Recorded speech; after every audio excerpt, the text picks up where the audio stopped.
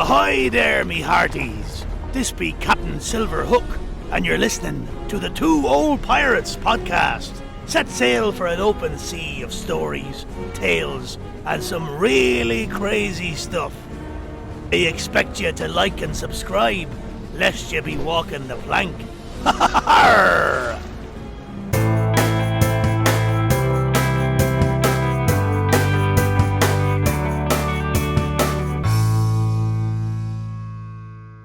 Hi, and welcome to the Two Old Pirates. I'm Eric. Welcome to episode 111.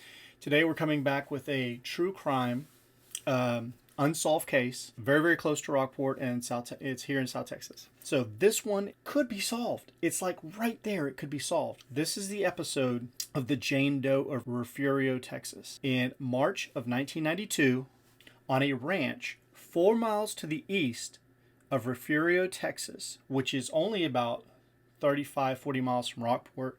Corpus is close. We're all close, right? Little bitty town. Really, really good at football.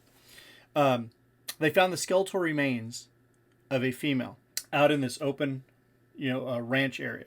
When they took the remains back to the coroner, and he took a look at everything, he saw that it was definitely a female, aged somewhere between 17 and 35, between 5-footish and 5'5", could have been out there between 1 to 3 years. They had joint disease in their left knee attached to the tibia, so there was definitely a degenerative disease in the knee.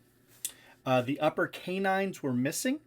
The clothing that was found alongside this body, there was a long black coat, black mini dress, black leotard, black stockings, a red belt, white knee boots, and a red leaf earring. So you would think that in 1992 when the body was found, that's a lot of information there. It's a lot like the case from Rockport that we previously covered about the Jane Doe from Rockport. There's a lot of information about clothing and different things like that. Now, the difference here is this is skeletal remains, and the young man found over 50 years ago in Rockport on the side of the road, they could see his face and everything. It wasn't, he had just died recently. But for this young lady, she had evidently been out there, like I said, the coroner said between 1 to 3 years, right? Around this same time, this is where it gets strange. I hope that you've stayed with me through this. In 1991, on April 8th, 1991, in Laredo, Texas, okay, about 4 or 5 hours away, in Laredo, Texas, a young lady named Linda Lee Brana from Laredo went missing. All right. You might sit there and say, what does that have to do with Refugio? Okay. She was 5 foot tall. She weighed 120 pounds. She had a bad left knee with a genetic defect. She was 23. She was last seen leaving her apartment in Laredo wearing a black mini dress, black leggings, a red belt, long black coat. She entered a dark-colored truck with a light-skinned male who was unidentified and nobody knew who he was. So that night in 1991, she got into a truck and left with a man that nobody knew. In March of 1992, the skeletal remains of a woman are found in Refugio with all the same clothing. Now, the skeletal remains, it was a homicide. When the coroner took a look at the body, they saw that there was a definite gunshot wound to the head. So somebody had taken this woman way out in the middle of nowhere on a ranch in Refugio, which is, there's parts of it that there's nothing out there. Shot her in the back of the head and dumped her out there. But when they looked at this, authorities believe that the person who went missing in Laredo, Linda Lee Brana, is the lady that was found in Refugio. And you might sit there and say, well, Eric, this is pretty simple. All you have to do is match up the lady in Refugio with the lady in Laredo. It's been 32 years, going on 33, that this young lady passed away and was found, and all the information I just gave you. And they still cannot figure out if the lady from Laredo and the lady from Refugio are the same one. Although they know it more than likely is. And the reason will astound you. The reason why they can't figure out if it's the same person since there's no ID on her. The clothing was a match.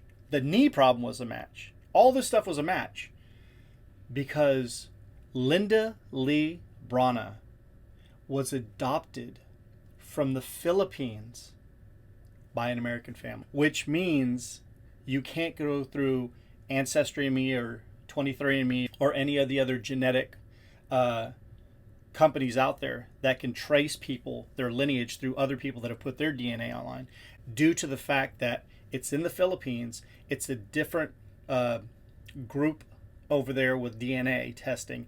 They might not even have it over there. And since she was adopted, all those records are sealed.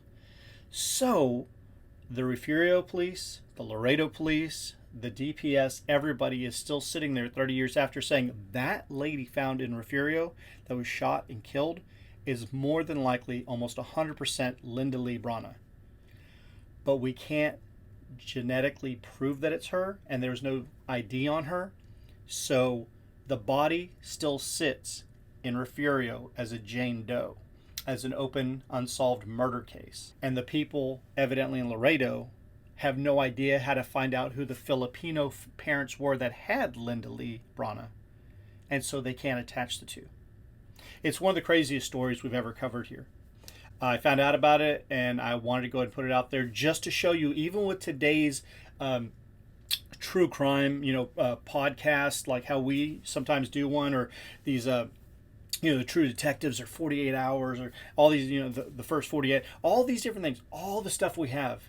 We have a case right here in our backyard in Refugio. They know it's her. They know it's her, but legally they can't say remains here, can be shipped back to Laredo to go ahead and have a proper burial.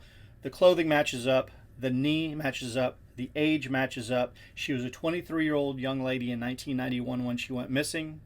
She would be 57 today and probably would have had children and grandchildren and lived a whole life, but somebody took her out. The thing is, how did she get from Laredo to Refugio? And why out there in the middle of nowhere? They had to have known that nobody was on that ranch or on that farming area.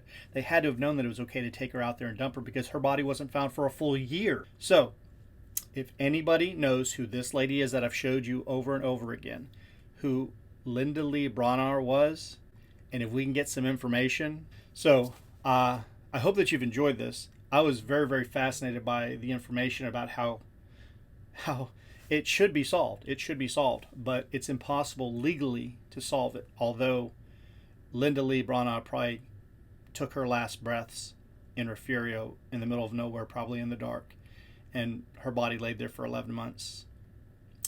And now we know that it was probably her, and there's nothing we can do until something happens. Either somebody says who did it, or we could somehow trace her genetic DNA back to somebody in the Philippines, and they can say, yes, this was her. Anyways, hope that you enjoyed this take into a local true crime case, and that you'll go ahead and share.